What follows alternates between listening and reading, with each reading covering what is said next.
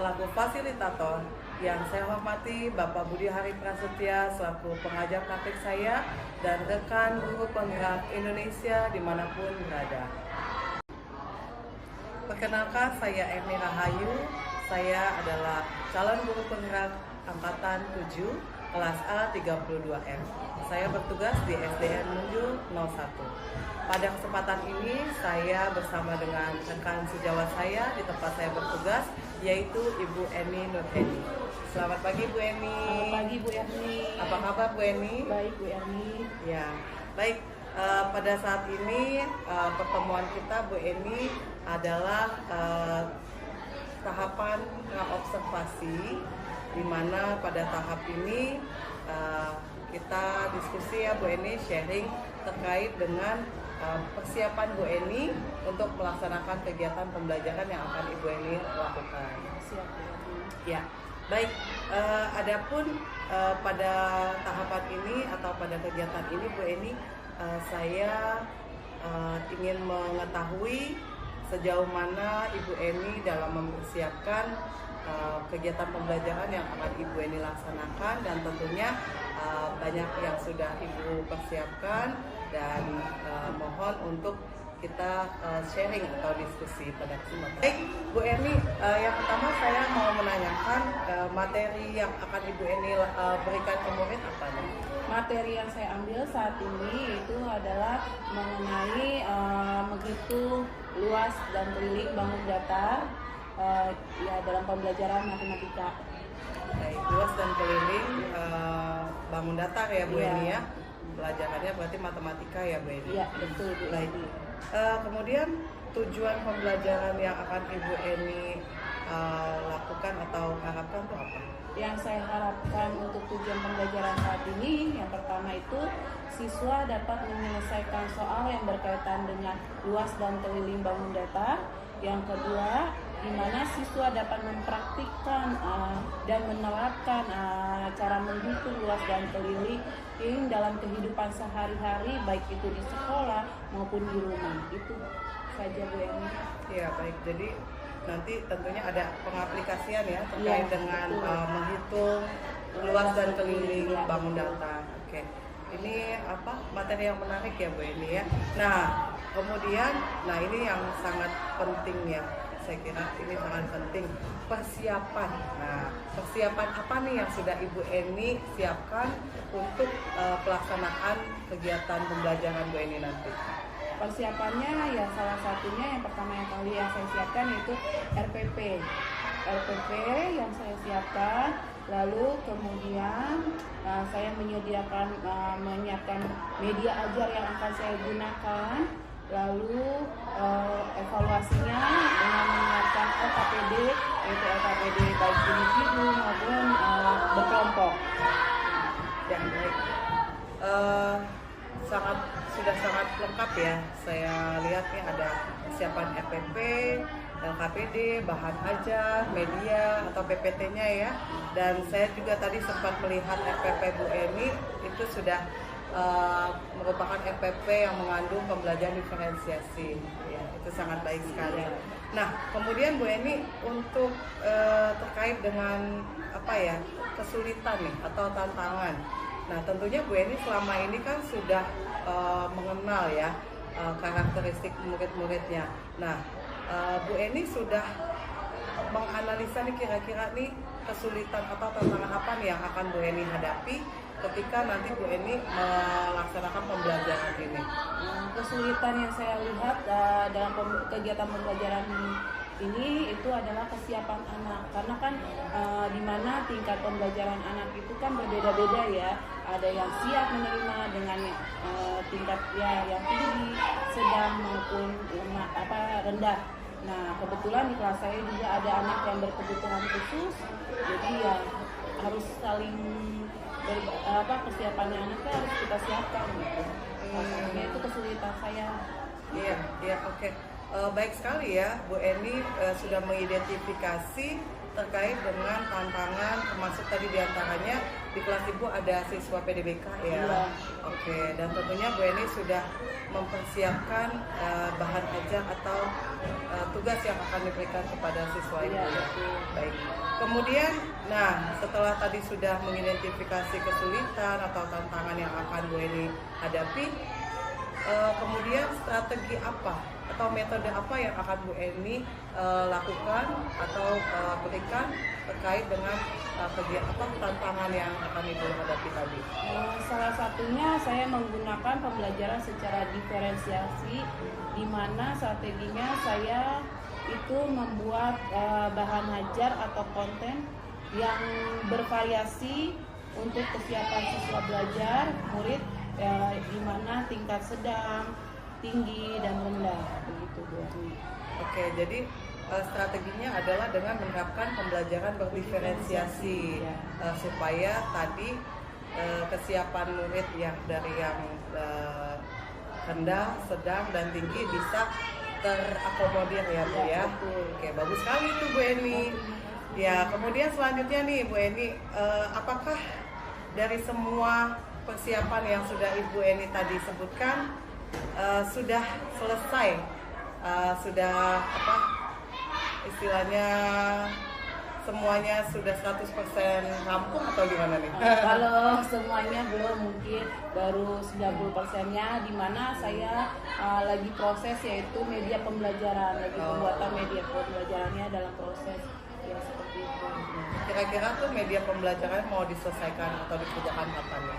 Ya segera mungkin, mungkin. Ada yang Bu Eni akan minta bantuannya kira-kira? Paling hanya teman sejawat. Oh, teman sejawatnya ya. Baik. Ya, nanti kalau memang perlu bantuan juga, saya bersedia ya Bu Eni. Silakan koordinasi aja. Ya. Baik. Kemudian nih Bu Eni tadi sudah bicara tentang persiapan untuk di kelasnya. Kemudian untuk Bu Eni sendiri nih, terkait dengan pengembangan diri Bu Eni. Nih, area pengembangan diri mana nih yang Bu Eni ingin tingkatkan dalam kegiatan atau kapasitas Ibu sebagai seorang guru? Ya, yang ingin saya kembangkan yaitu manajemen diri saya, yaitu di mana kan manajemen diri saya itu ingin saya kembangkan supaya agar saya bisa meningkatkan keprofesionalan saya sebagai seorang guru. Jadi dia akan memperbaiki setiap kekurangan saya dalam mengajar dan mendidik anak-anak. Oke, jadi manajemen dirinya untuk lebih profesional ya Bu Eni ya sebagai seorang guru. Oke, luar biasa sekali Bu Eni, sangat inspiratif ya apa yang Ibu sudah ceritakan nih sama saya nih. Nah sekarang pertanyaannya, pembelajarannya nih, kegiatannya nih, kapan nih kira-kira Bu Eni mau laksanakan? Segera mungkin akan saya laksanakan setelah melakukan kegiatan ini. Segera mungkin akan saya siapkan untuk melakukan kegiatan pembelajarannya. Ya, kira-kira untuk hari apa nih? Besok atau lusa? Besok. Oke, besok ya. Berarti besok kita ketemu di kelas untuk tahap observasi ya Bu Eni ya. Baik. Baik, luar biasa sekali Bu Eni. Ya, tadi sudah mau sharing dengan saya terkait persiapan Ibu di tahap observasi ini. Mudah-mudahan sharing kita ini bermanfaat ya Bu Eni ya. Nanti kalaupun ada yang perlu kita diskusikan atau kita rampungkan, kita diskusikan kembali dan kita rampungkan kembali. Jadi mudah-mudahan semuanya dikasih kelancaran. Sukses buat Bu Eni. Terima kasih ya Bu Eni. Demikianlah tahapan praobservasi yang saya lakukan bersama rekan sejawat saja, Ibu Eni Nurheni di SDN Munjono 1.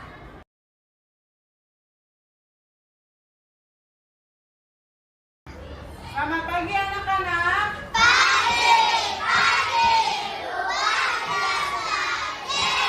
Bagaimana kabar kalian hari ini?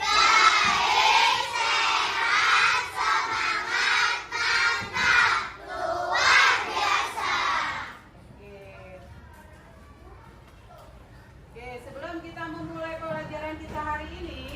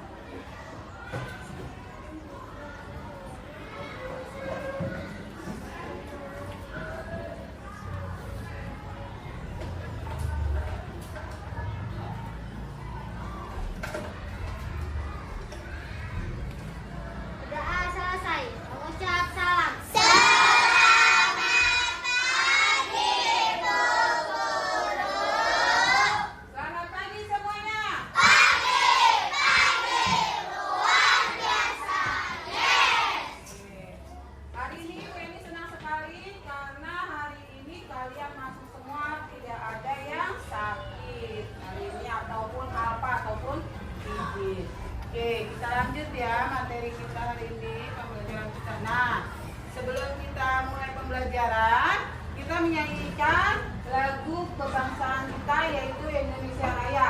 Sekarang anak-anak diminta untuk berdiri semuanya. Nyanyinya tolong semangat ya, tidak jangan sampai ketinggalan dengan musik, oke? Ya.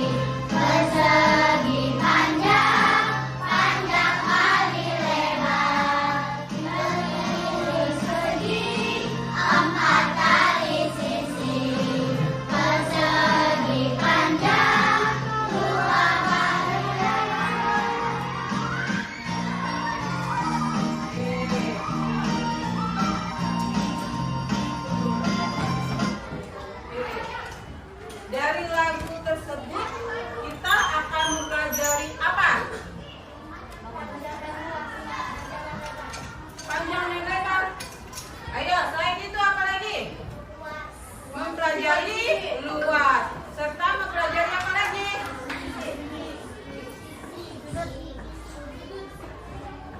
Hah? Sudut. Ayo, dari lagunya akan mempelajari tentang apa? Luas dan apa? Luas dan keliling. Bangun datar apa?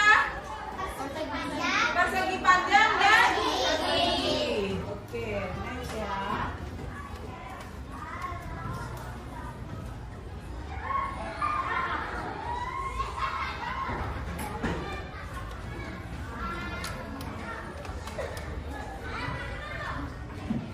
Ya, anak-anak yang kalian lihat, ini gambar apa ya yang di atas atap rumah ini dengan adanya sinar matahari? Hah? Panel surya. Untuk apa sih panel surya itu? Menggantikan energi yang diperoleh dari apa? Nah, tapi kita di sini kan pelajarannya panjang dan lebarnya ada dan berkaitan dengan keliling dan luas. Nah, di sini ada apa satuan persegi yang kecil-kecil ini, ya kan berbentuk persegi kan? Nah, sekarang Heli mau tanya, dapatkah kita mengukur keliling dan luasnya panel surya dengan menggunakan meteran? Bisa atau tidak? Bisa. Kenapa? Kok tidak dapat kata kalian? Memang bisa mengukurnya dengan menggunakan apa? Jengkal tangan. Terus apa lagi? Penggaris. Lalu apa? Kayu tongkat. Oke, bisa.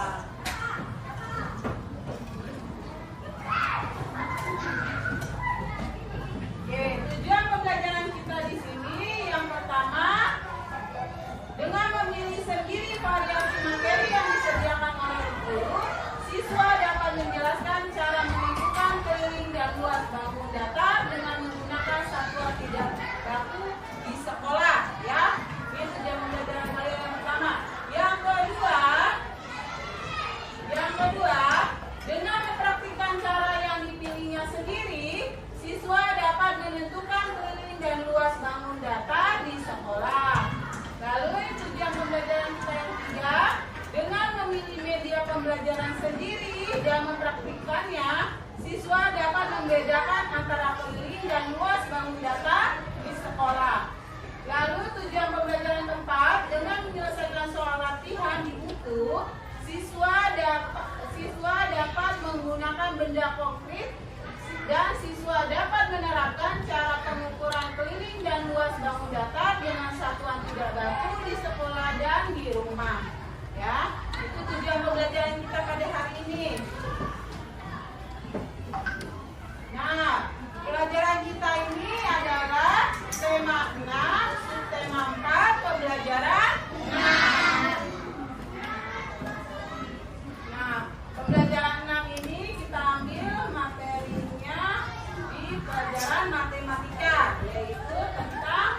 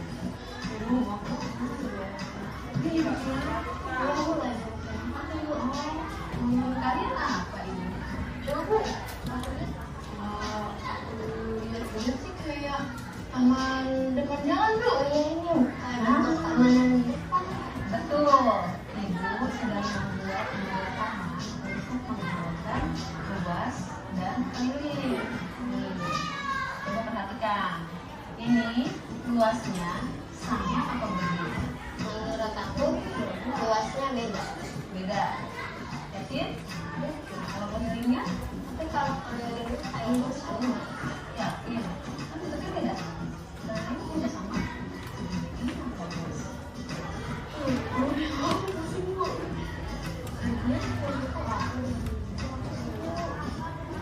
Tahu?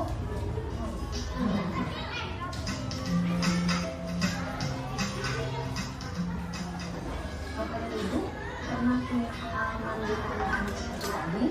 Jika saya mendapat pertanyaan dari siswa seperti tadi, maka pertama kali saya akan menggunakan mainan seperti ini. Nah, mainannya bisa kita bikin dari kardus seperti ini ya. Jadi diberi warna-warni, diisi dengan bangun-bangun tertentu seperti ini. Tujuannya adalah anak bisa menemukan suatu bentuk di sini.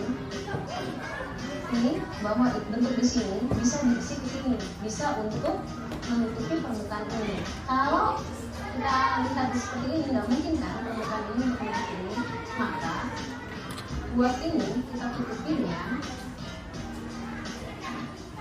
dua persegi. Jadi permukaan ini bisa ditutupi dengan dua persegi. Nah, kita meminta anak untuk dapat menemukan bentuk-bentuk tertentu untuk menutupi permukaan ini. Jadi konsep paling mendasar dari luas adalah berapa banyak sih benda atau suatu bangun untuk dibutuhkan untuk menutupi permukaan benda ini. Baik, saya akan menjelaskan lebih detail lagi dengan menggunakan model yang lebih besar. Kalau ditanya, Bu, ini luas persegi panjang itu berapa? Luas itu apa? Oh, tadi luas sudah tahu ya, bahwa konsep luas adalah menutupi permukaan bangun datar. Ketika kita berbicara luas dengan satuan baku, artinya luas dengan aturan kesepakatan secara internasional, maka luas adalah menutupi permukaan bangun datar dengan satu satuan luas. Jadi saya akan menutupi berapa banyak dibutuhkan satu satuan luas menutupi permukaan bangun persegi panjang ini. Saya tutupi. Ternyata permukaan persegi panjang ini bisa ditutupi oleh 6 persegi. Maka bisa dikatakan bahwa luas persegi panjang ini adalah 6 satuan luas. Kemudian bagaimana kita menghitung keliling? Jika luas adalah menutupi permukaan bangun datar, maka keliling adalah menghitung panjang sisi terluar. Jadi hanya sisi terluar. Untuk mudahnya, kita bisa menjelaskan dengan menggunakan benang. Berapa panjang yang dibutuhkan untuk mengelilingi sisi terluar suatu bangun, sisi terluar. Nah, saya mulai dari sini, saya kelilingi dengan menggunakan benang sampai sini, kemudian sampai sini, kemudian ini, kemudian ini, sampai selesai. Maka keliling dari persegi panjang ini itu sama dengan panjang kali ini. Ketika kita berbicara keliling adalah berbicara panjang sisi terluar. Nah, jadi apakah cukup jelas bahwa luas itu adalah menutupi permukaan, sementara keliling itu adalah berapa sih panjang sisi terluar. Dari kegiatan ini ada dua hal yang harus anak bisa amati, anak bisa cermat. Yang pertama adalah suatu benda atau suatu bangun itu dapat dibentuk dari penjumlahan satu atau lebih bangun. Kalau ini satu bangun ini, berapa luasnya? Berapa luas bangun ini? Kita lihat bentuk apakah yang kita perlukan untuk menutupi permukaan ini. Jika kita lihat, ini bisa kita tutupi dengan segitiga. Dan ini bisa kita tutupi dengan setengah lingkaran. Maka jika ditanya berapa sih luas ini bangunan ini, maka luasnya adalah luas segitiga ditambah luas setengah lingkaran. Jadi di sini kita belum berbicara hitung-hitung, tapi konsep yang paling dasar ya, bahwa suatu benda itu dapat dibentuk lebih dari dua benda, lebih dari satu benda. Bisa satu benda, bisa dua benda, atau lebih, mungkin tiga. Ini kebetulan dua ya, bisa dibentuk dari dua bangun. Nah, kemudian selain suatu benda bisa dibentuk dari dua atau lebih bangun, satu benda juga bisa merupakan pengurangan dari satu bangun. Contohnya ini, berapa luas bangun ini? Untuk menjawab pertanyaan ini, anak akan melihat ini sebenarnya bentuk apa sih? Apel dikelola atau gimana ini? Ini bentuk apa nih? Nah, ketika dia berpikir apa ya yang tepat untuk menutupi permukaan ini, dia berpikir kita bisa tunjukkan bahwa pada mulanya ini adalah bangun. Oke, dari video yang kalian lihat, konsep untuk luas itu apa? Ayo, dari video tadi, untuk menghitung luasnya, konsepnya apa? Apakah tadi mengukur dengan benang untuk menghitung luas? Ayo. Iya. Iya. Iya atau tidak? Iya. Tidak, benar. Kenapa takut Lita jawabnya? Ya. Berarti yang menghitung dengan benang itu untuk menghitung apa? Keliling. Berarti kalau nyari luas itu adalah konsepnya adalah menutup permukaan bangun rata. Sedangkan keliling apa? Bagian luar atau bagian dalamnya? Luar. Oke, selanjutnya ya. Nah, ini LKPD kalian kerjakan yang ini-ininya di buku kalian. Yuk, silakan kerjakan. Kalian tulis ya. Di bukunya kalian tulis dulu.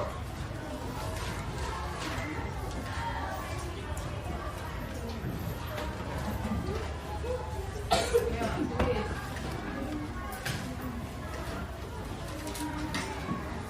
Oke, buku. Di buku kalian kerjakan. Nomor 1, ruang kelas yang digambar dengan warna kuning. Luas ruang kelas adalah berapa persegi satuan nih yang warna kuning. Luasnya nih yang menutupi. Ada berapa? Nah, yang hijau ini adalah lapangan olahraga. Yang warna biru itu adalah ruang kepala sekolah. Ruang perpustakaan yaitu warna ungu. Warna putih, warna merah. Oke, yuk, silakan jawab.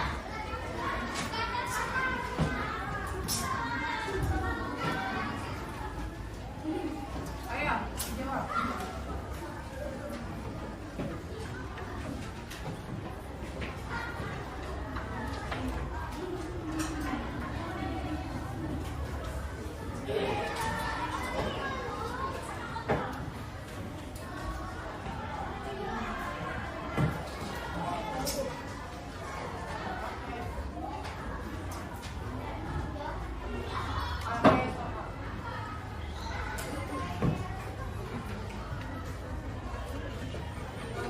Oke, sudah selesai semuanya?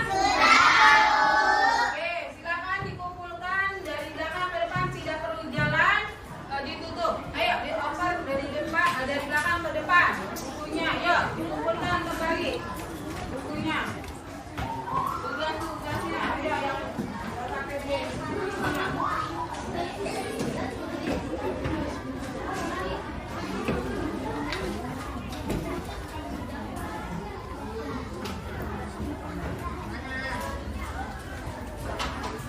Ayo. Kelompok 1 sudah? Oke, kelompok 2 mana? Kenapa berhenti? Kelompok 3? Sudah. Ya, kelompok 4 sudah. Oke. Gue ambil ya. Nah, kelompok 2 tidak paham dikumpulkannya seperti apa nih? Kelompok 1, 3, dan 4 benar mengumpulkannya dengan cara ditutup.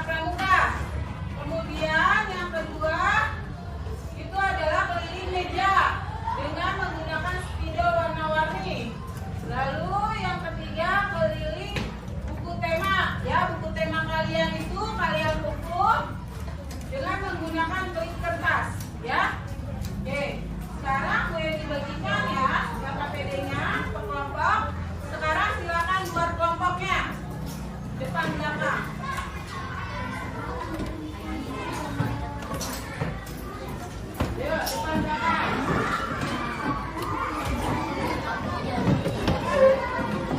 Yuk, silakan berputar. Mejanya yang depan belakang.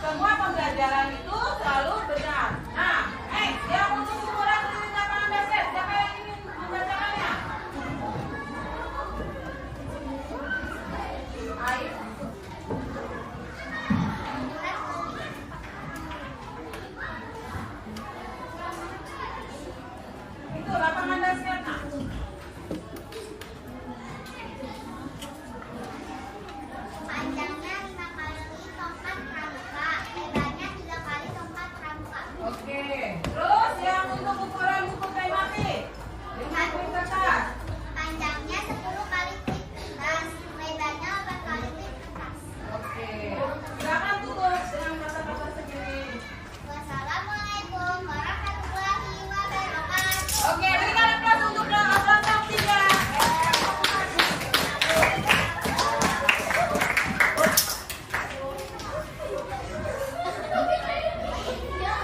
Oke, terima kasih untuk kelompok 4.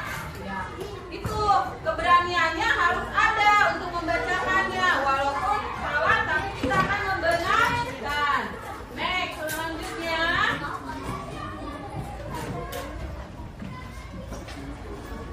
Oke, nah kesimpulan pembelajaran kita hari ini itu adalah luas persegi, rumusnya sisi kali sisi. Kelilingnya persegi 4 kali sisi. Luas persegi panjang, rumusnya P kali R. Kelilingnya bisa P tambah R tambah P tambah R atau 2 kali P tambah R. Oke. Itu kesimpulan pembelajaran kita hari ini. Nah, frekuensinya sekarang setelah kalian pelajari luas, keliling, bagaimana perasaan kalian? Senang. Senangnya kenapa? Karena bisa mengetahui Iya, karena bisa mengetahui apa? Luas dan keliling bangun datar. Tapi bangun datar kan banyak ya. Tapi kita tadi pelajaran tentang bangun datar apa, Nak? Persegi dan persegi panjang. Oke. Yuk, kita nyanyi dulu ya. Lagi menutup. Yuk, ada depan semua diputarkan mejanya, apa kursinya? Silakan.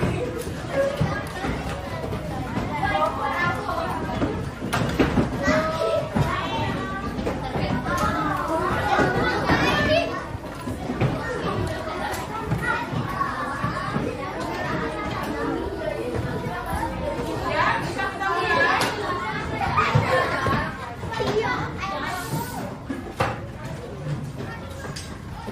Ya, kita nyanyi lagu Ampar Pakistan ya, lagu kita ya.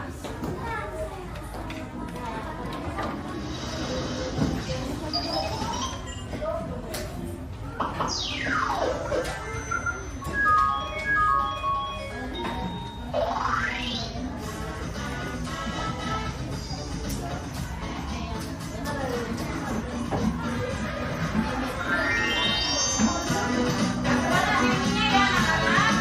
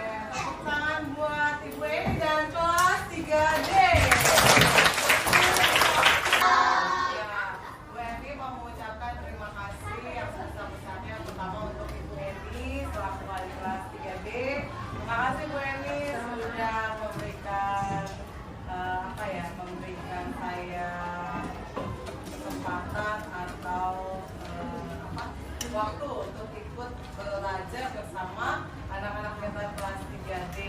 Dan juga tentunya untuk anak-anak hebat kelas 3D, Bu Erni sangat bangga dan juga sangat berharap sekali kalian semuanya selalu semangat dalam belajar, ya, tidak hanya hari ini tetapi setiap hari, ya. Jadi pertahankan semangatnya dan lebih tingkatkan lagi.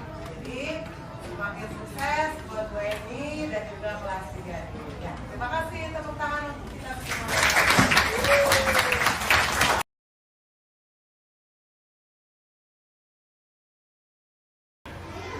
Semangat pagi, salam kolaborasi Guru Penggerak Indonesia.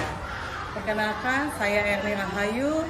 Saya adalah calon guru penggerak Angkatan 7 DKI Jakarta, kelas A32R. Saya bertugas di SDN Munjul 01. Pada kesempatan ini, saya sedang berada di SDN Munjul 01 bersama dengan pengajar praktik saya, yaitu Bapak Budi Hari Prasetya. Ya, selamat pagi. Selamat pagi Pak Budi. Dan juga rekan sejawat saya, Ibu Eni Nurheni. Selamat pagi Bu Eni. Selamat pagi. Pada kesempatan ini, saya dalam kegiatan pasca observasi, di mana saya bersama dengan pengajar praktik saya, Pak Budi, dan juga Ibu Eni selaku rekan sejawat saya untuk berdiskusi atau sharing terkait dengan pengalaman Ibu Eni ketika beliau observasi di kelasnya. Baik, Bu Eni, saya mohon izin untuk bertanya dan juga sharing terkait dengan pembelajaran yang sudah Ibu Eni laksanakan di kelas. Ya, Bu Eni, yang pertama saya mau tanya ke Bu Eni, bagaimana perasaan Bu Eni setelah melaksanakan observasi di kelas?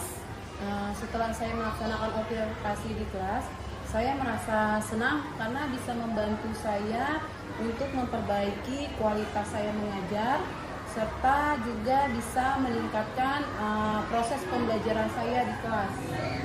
Ya, jadi Bu Eni sudah lega ya, merasa senang ya sudah melaksanakan observasi itu. Nah, kemudian Bu Eni setelah sudah melaksanakan observasi nih, apa yang Bu Eni rasakan atau apa yang Bu Eni rasa perbaikan yang sudah dicapai ketika kegiatan observasi yang Bu Eni lakukan? Yang saya rasakan saat ini itu secara garis besar sih sudah terrealisasikan. Terus ya mungkin butuh meningkatkan lagi pembelajaran, diantaranya yaitu pembelajaran diferensiasi serta KSE-nya dan juga keaktifan siswa yang belum maksimal. Oke, baik. Itu sudah mulai terkuak tuh saya dengar tuh terkait dengan hal-hal yang terjadi di pembelajaran ya. Namun sebelum sejauh itu nih Bu Eni, saya mau tanya nih terkait tujuan pembelajarannya yang sudah Bu Eni tetapkan. Apa menurut Bu Eni, apakah tujuan pembelajaran yang Ibu Eni sudah buat itu sudah terlaksana? Sudah tercapai ya Bu Eni ya. Garis besar sudah. Oke. Nah, sekarang untuk kelebihan atau keunggulan yang Ibu Eni rasakan ketika Bu Eni melaksanakan tahap observasi di kelas, ya tentunya setelah kita berbincang ya ketika pra observasi ya, dan sudah kita Bu Eni sudah mendapatkan berbagai informasi juga dan juga berbagai hal-hal yang baru ya, khususnya terkait dengan pembelajaran diferensiasi dan KSE. Nah, menurut Bu Eni, kelebihan atau keunggulan yang sudah Bu Eni lakukan di observasi itu apa? Kelebihannya ya, saya kan dapat menerapkan salah satunya itu kegiatan pembelajaran diferensiasi. Kemudian saya juga dapat menentukan metode pembelajaran serta bahan yang tepat untuk saya gunakan dalam pembelajaran, yang karena sudah dapat mengklasifikasikan minat belajar siswa, pembiasaan belajar siswa. Begitu Bu Eni. Jadi Bu Eni sudah merasa bahwa ada kelebihan di maksudnya dari pembelajaran yang sudah sebelumnya, Bu Eni sudah merasa ada hal yang baru, yaitu terkait dengan pelaksanaan pembelajaran diferensiasi ya. Nah, kemudian sebaliknya nih Bu Eni, pada saat pelaksanaan observasi adakah kendala atau yang Bu Eni anggap bisa dikatakan kelemahan ya, yang Bu Eni rasakan gitu ketika observasi? Ya mungkin itu kekurangannya yang saya belum secara maksimal menerapkan pembelajaran secara diferensiasi itu. Oke, jadi Bu Eni merasa meskipun sudah menerapkan pembelajaran diferensiasi, namun masih merasa masih bisa lebih baik lagi, lebih maksimal lagi ya. Oke, baik. Dan tentunya itu proses ya Bu Eni ya, dengan proses, dengan berjalannya waktu akan bisa lebih maksimal lagi ke depannya ya. Dan Bu Eni yakin itu ya. Semoga. Iya, amin. Baik, selanjutnya nih Bu Eni tadi sudah menceritakan ke saya terkait dengan kelebihan yang udah Bu Eni rasakan, kemudian kekurangannya juga, tantangannya juga.